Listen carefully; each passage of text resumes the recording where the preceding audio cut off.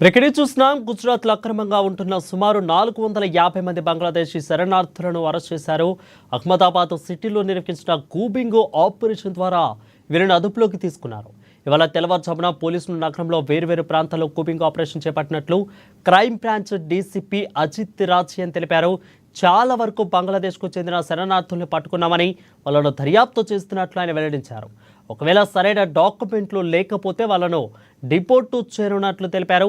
Ahmedabad crime branch special operations group economics offence వింగో 6 జోన్తో పాటు హెడ్ క్వార్టర్స్కు చెందిన పోలీసులు ఈ కూబింగ్ ఆపరేషన్లో పాల్గొన్నారు.